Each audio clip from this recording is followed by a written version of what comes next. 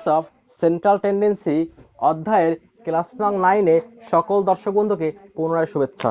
তো বন্ধুরা, আমি বলেছিলাম বিগত ক্লাসগুলিতে যে ক্লাস নং 9-এ আমি যে ক্লাসটি করাবো সেটি হচ্ছে একসাথে একই কলামে অর্থাৎ একই ছকের মধ্যে মিন, মিডিয়ান এবং মোড, এবং প্রায়শই প্রশ্নপত্রে, প্রায়শই বললে ভুল হবে, ম্যাক্সিমাম টাইম প্রশ্নপত্রে এই ধরনের প্রশ্নই পরীক্ষায় হয়ে থাকে। তো বন্ধুরা, এইখানে কিছু মান দেয়া আছে ক্লাস আর ফ্রিকোয়েন্সি, অর্থাৎ যেখানে দেয়া থাকে ক্লাস আর ফ্রিকোয়েন্সি সেটি হচ্ছে কন্টিনিউয়াস সিরিজ। তো এবারে প্রশ্নে বলা আছে যে compute mean, median and mode. Okay, and তারপরে বলা আছে যে also comment the nature of distribution. এখন দেখো বন্ধুরা, আমাকে এখান থেকে বের করতে হবে মিন, মিডিয়ান, মোড।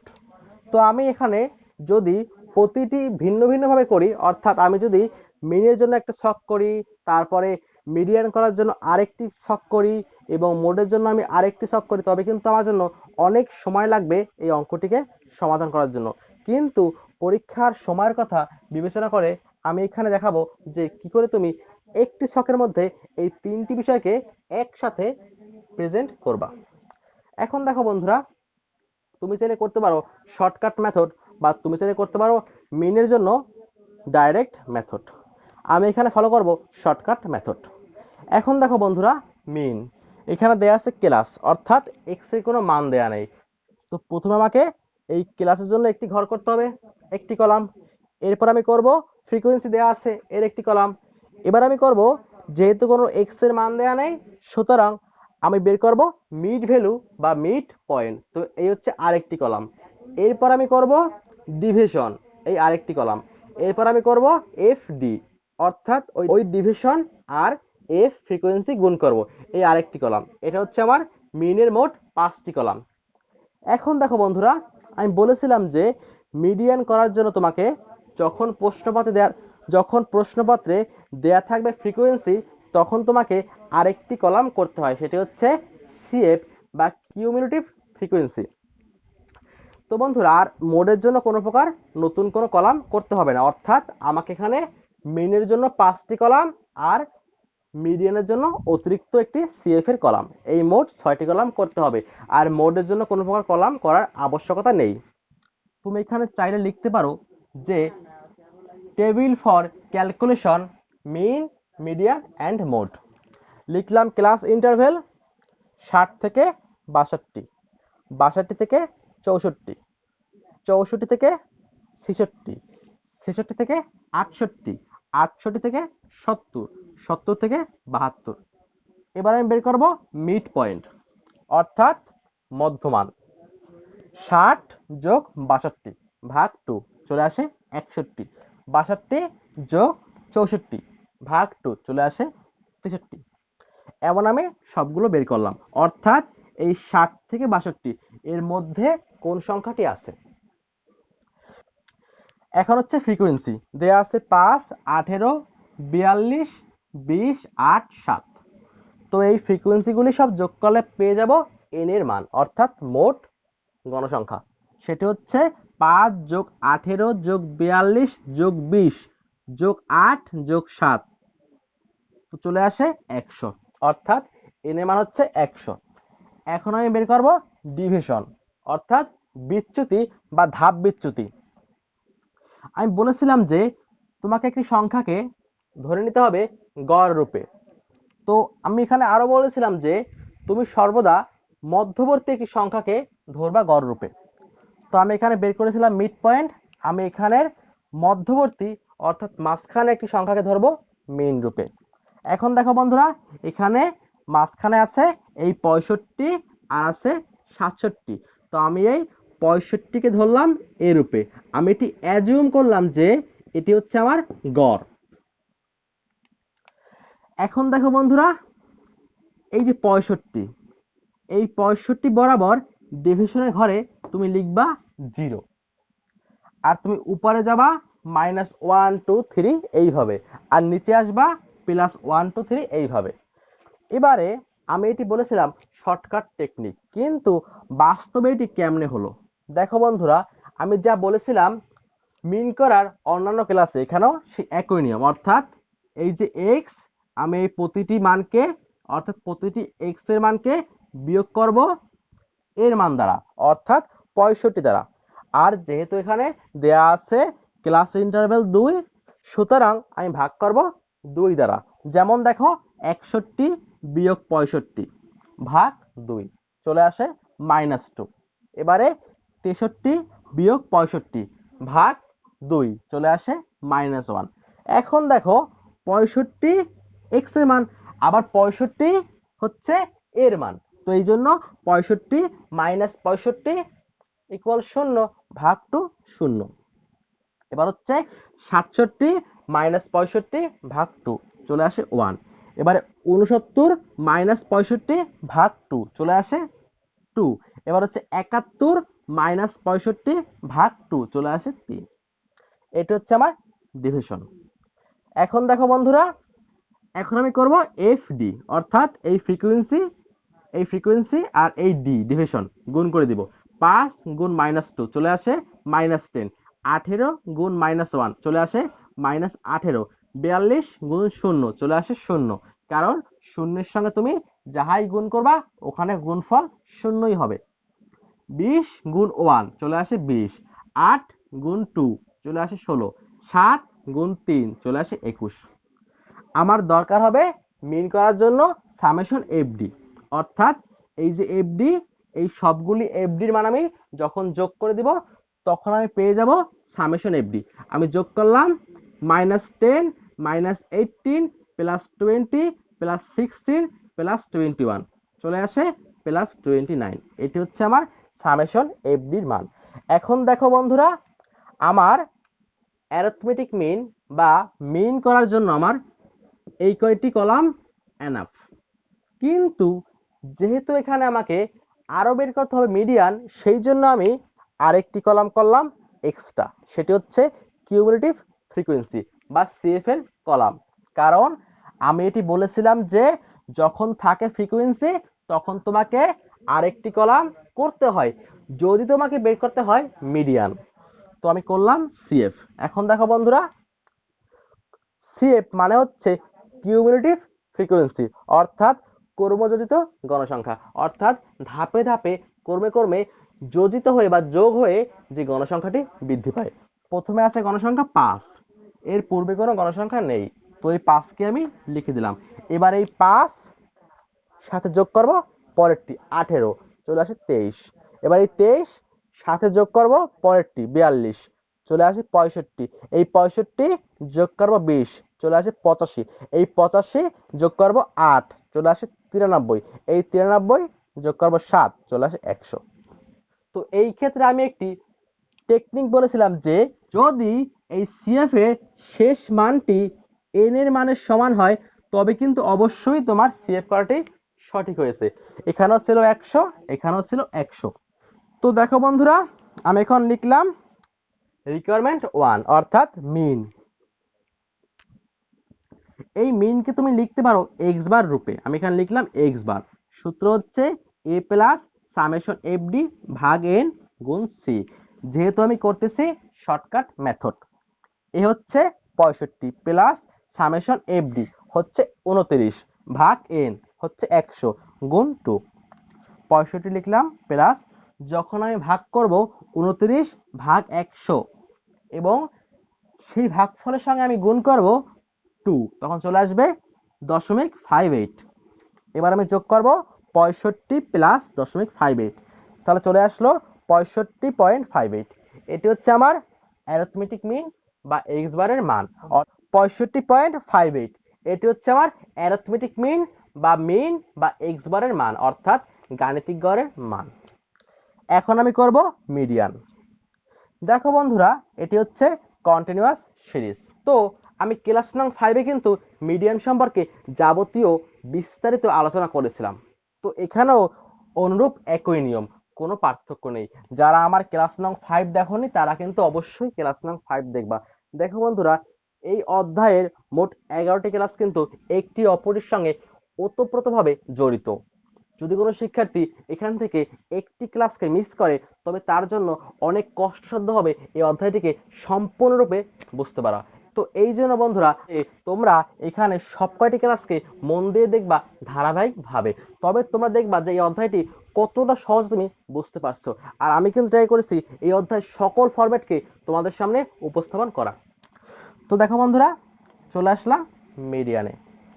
প্রথম লিখব size of n/2 item, 2th item, অর্থাৎ n/2 তম আইটেম।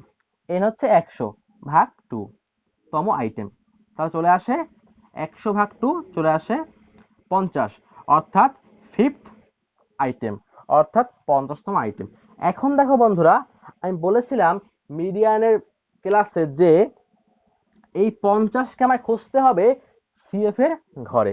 দেখো বন্ধুরা, এখানে আছে শুধুমাত্র 5 পর্যন্ত, এখানে আছে 23 পর্যন্ত, এখন এইখানে আছে 65 পর্যন্ত। তো দেখো বন্ধুরা, এই 23-এর পর থেকে অর্থাৎ 24 থেকে শুরু করে 65 পর্যন্ত এই যাবতীয় সংখ্যাগুলি কিন্তু সব আছে এই সারিতে। তো এখানে রয়েছে 50, অর্থাৎ এই 50 রয়েছে এই সারিতে, এই 65-র মধ্যে। তো বন্ধুরা, এই যে সারিটি, এই সারিটির যে আছে ক্লাস, এটি হচ্ছে আমার মিডিয়ান ক্লাস। আমি লিখলাম সি, মানে মিডিয়ান ক্লাস। তো আমি এবার লিখলাম লাইস ইন দ্য ক্লাস, অর্থাৎ এই 50তম সংখ্যাটি কোন ক্লাসের মধ্যে আছে বা কোন শ্রেণীর মধ্যে আছে, সেটি হচ্ছে 64 থেকে 66 লিখলাম। এখন দেখো বন্ধুরা, এই যে 64 থেকে 66 এর নাম হচ্ছে মিডিয়ান ক্লাস। এর মধ্যে ছোট হচ্ছে 64 আর বড় হচ্ছে 66, অর্থাৎ এটি হচ্ছে লোয়ার ক্লাস, এটি হচ্ছে আপার ক্লাস। তো এটি হচ্ছে আমার এল এর মান, কারণ এটি হচ্ছে লোয়ার ক্লাস। আর দেখো বন্ধুরা, এই যে মিডিয়ান ক্লাসের ফ্রিকোয়েন্সি, এর নাম হচ্ছে এফএম, অর্থাৎ মিডিয়ান অফ ফ্রিকোয়েন্সি। এবার দেখো বন্ধুরা, এই যে সিএফ এর 65 সারিটি, যেখানে আমি পেয়েছি আমার এই 50 আইটেমটি, তো এর পূর্বেরটি হচ্ছে বা এর আগেরটি হচ্ছে পিসিএফ, অর্থাৎ প্রিভিয়াস কিউমুলেটিভ ফ্রিকোয়েন্সি। তুমি চাইলে এখানে হেয়ার দিয়ে লিখতে পারো মানগুলি। আমি এবার লিখলাম মিডিয়ান সমান সমান এল প্লাস n/2 মাইনাস পিসিএফ ভাগ এফএম গুণ সি। এল হচ্ছে লোয়ার ক্লাস অর্থাৎ 64, লিখলাম প্লাস n/2, তাহলে চলে আসে 50, n হচ্ছে 100 ভাগ 2 চলে আসে 50, মাইনাস পিসিএফ 23, অর্থাৎ এই 50 যেই সারিতে ছিল সিএফ এর ঘরে, সেই সারির পূর্বে সিএফটি। আমি আরো বলেছিলাম মিডিয়ানের ক্লাসে, অর্থাৎ ক্লাস নং 5-এ, যারা দেখোনি তারা কাইন্ডলি ক্লাসটি দেখে নিও, ডিসক্রিপশনে যাবতীয় সকল লিংক দেওয়া থাকবে। তো লিখলাম পিসিএফ ভাগ এফএম, অর্থাৎ এই মিডিয়ান ক্লাসের ফ্রিকোয়েন্সি সেটা হচ্ছে 42, এই ক্লাসটি হচ্ছে মিডিয়ান ক্লাস, এর ফ্রিকোয়েন্সি হচ্ছে 42, লিখলাম 42 গুণ সি বা ক্লাস ইন্টারভ্যাল অথবা সিআই, তুমি যা লেখো। এখন দেখো বন্ধুরা, লিখলাম 64 প্লাস আমি বিয়োগ করে দিলাম 50 মাইনাস 23, তাহলে চলে আসে 27 ভাগ 42, যা আসবে ভাগফল তার সঙ্গে আমি গুণ করব 2, তাহলে চলে আসে 1.29। এখন দেখো বন্ধুরা, যখন আমি যোগ করব 64 যোগ 1.29, তখন চলে আসলো 65.29। এটি হচ্ছে আমার মিডিয়ান। আমি আশা করব তোমরা অঙ্কটি বুঝতে পেরেছো সম্পূর্ণরূপে। এখন করব রিকোয়ারমেন্ট 3, অর্থাৎ মোড। এখন হচ্ছে মোড অর্থাৎ প্রচুরক। আমি বলেছিলাম যে তোমাকে দেখতে হবে যে হাইয়েস্ট ফ্রিকোয়েন্সি অর্থাৎ সব থেকে বড় গণসংখ্যা কোথায় রয়েছে। দেখো বন্ধুরা, আসছে গণসংখ্যা 5, 18, 42, 20, 8, 7, অর্থাৎ আমি কিন্তু এটি বলতেই পারি অনায়াসে যে এই 42 হচ্ছে এখানে আমার সর্বোচ্চ গণসংখ্যা। তো লিখলাম হাইয়েস্ট ফ্রিকোয়েন্সি 42। এখন দেখতে হবে যে এই 42-এ ক্লাস কোনটি আছে। এই 42-এর হচ্ছে ক্লাস 64 থেকে 66। আমি লিখলাম লাইস ইন দ্য ক্লাস, অর্থাৎ এই 42 অর্থাৎ হাইয়েস্ট ফ্রিকোয়েন্সি আছে 64 থেকে 66 ক্লাসে। এখন আমি দেখো বন্ধুরা সূত্র প্রয়োগ করব। মোট সমান সমান এল প্লাস ডেল্টা ওয়ান। এটি কিন্তু বন্ধুরা ডেল্টার সাইন, অনেকটা দেখতে ত্রিভুজ আকৃতি। Delta one divided by delta one plus delta two গুণ সিআই বা সি। এখন দেখো বন্ধুরা এল এল হচ্ছে আমার লোয়ার ক্লাস, অর্থাৎ এই যে 42, এই 42-এর ক্লাস সেটি হচ্ছে 64 থেকে 66। তো এর মধ্যে যেটি আছে লোয়ার ক্লাস, অর্থাৎ দেখো বন্ধুরা এই যে ক্লাস এখানে মান আছে দুইটি, একটি হচ্ছে 64, একটি হচ্ছে 66। এখন দেখো বন্ধুরা এটি হচ্ছে ছোট তাই এর নাম হচ্ছে লোয়ার ক্লাস, এটি বড় তাই এর নাম হচ্ছে আপার ক্লাস। আমি এখানে লিখবো লোয়ার ক্লাস, সেটি হচ্ছে 64 প্লাস দিলাম। এখন আমি বের করব ডেল্টা ওয়ান।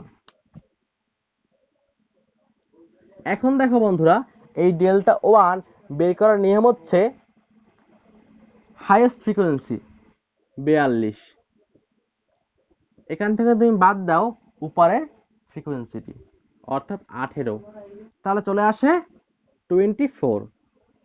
আমি আবারও বলতেছি ডেল্টা ওয়ান বের করার নিয়ম হাইয়েস্ট ফ্রিকোয়েন্সি 42, তুমি এখান থেকে বাদ দিবে এই 42-এর আগের ফ্রিকোয়েন্সিটি, অর্থাৎ previous frequency of highest frequency, অর্থাৎ সর্বোচ্চ গণসংখ্যার পূর্বের গণসংখ্যাটি 18, তাহলে চলে আসবে 24। এখন আমি বের করব ডেল্টা টু। আবার লিখলাম 42 হাইয়েস্ট ফ্রিকোয়েন্সি।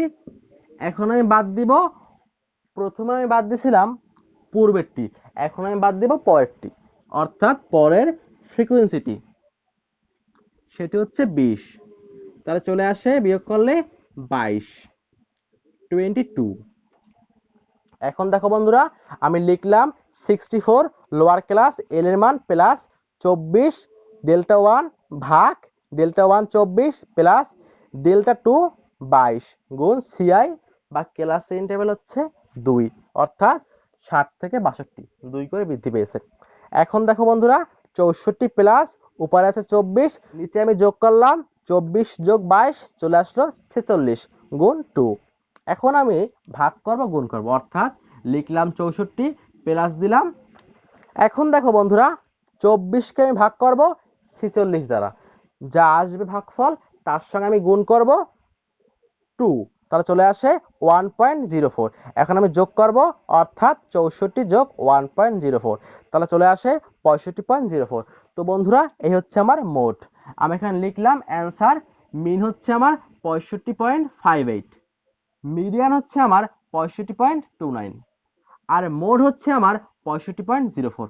দেখো বন্ধুরা তোমরা একটা বিষয় একটু খেয়াল করো, এখানে কিন্তু প্রতিটি অ্যান্সার প্রায় কাছাকাছি, অর্থাৎ যখন তুমি একসঙ্গে একটি ডাটা থেকে তুমি বের করবা মিড, মিডিয়ান এবং মোড, অর্থাৎ গড়, মধ্যক, প্রচুরক, তখন উত্তরগুলি প্রায় সেম টু সেম হবে, একটু মাত্র ডিফারেন্স হবে। এখন দেখো বন্ধুরা এইখানে কিন্তু আরেকটি প্রশ্ন হতে পারে, সেটি হচ্ছে comment the nature of distribution, অর্থাৎ এদের বৈশিষ্ট্য তুমি কমেন্ট করো। তোমাকে এটা দেখাতে হবে একটি ছোট্ট একটি চিত্রের মাধ্যমে। আমি এখন দেখাচ্ছি সেই ছোট্ট চিত্রটি। এখন দেখো বন্ধুরা এটি একটি ছোট্ট চিত্র, আমি একটি দিলাম সরলরেখা। এখন দেখো বন্ধুরা আমি এই সরলরেখার উপর তিনটিকেই একসঙ্গে অঙ্কন করব, অর্থাৎ মিনকে দেখাবো, মিডিয়ানকে দেখাবো, আর দেখাবো মোটকে। দেখো বন্ধুরা সব থেকে বড় হচ্ছে মিন, তাই আমি এটি হচ্ছে আমার মিন, মিন হচ্ছে এক্স বার অর্থাৎ গাণিতিক গড়। এবার হচ্ছে মিডিয়ান, ওর থেকে একটু ছোট, এই দিলাম মিডিয়ান, একটু ছোট ওর থেকে। এবার হচ্ছে আমার মোট, ওর থেকে আরেকটু ছোট, কারণ দেখো বন্ধুরা এই লিখলাম মোড, এটি মিডিয়ান। এখন দেখো বন্ধুরা সব থেকে বড় ছিল 65.58 মিনের জন্য, তারপরে ছিল 65.29, ওর থেকে একটু ছোট, এই মিনের থেকে একটু ছোট। এবার হচ্ছে মোট 65.04, এই যে মিন আর মিডিয়ান তার থেকে আরেকটু ছোট দিলাম। এখন আমি এখানে একটি চিত্র অঙ্কন করব, জাস্ট ফ্রি হ্যান্ডে অঙ্কন করলাম। তো বন্ধুরা, এই হচ্ছে আমার নেচার অফ ডিস্ট্রিবিউশন। তো দেখো বন্ধুরা, তোমাকে এর জন্য তেমন কিছু করতে হবে না, তুমি জাস্ট ফ্রি হ্যান্ডে এঁকে দিও।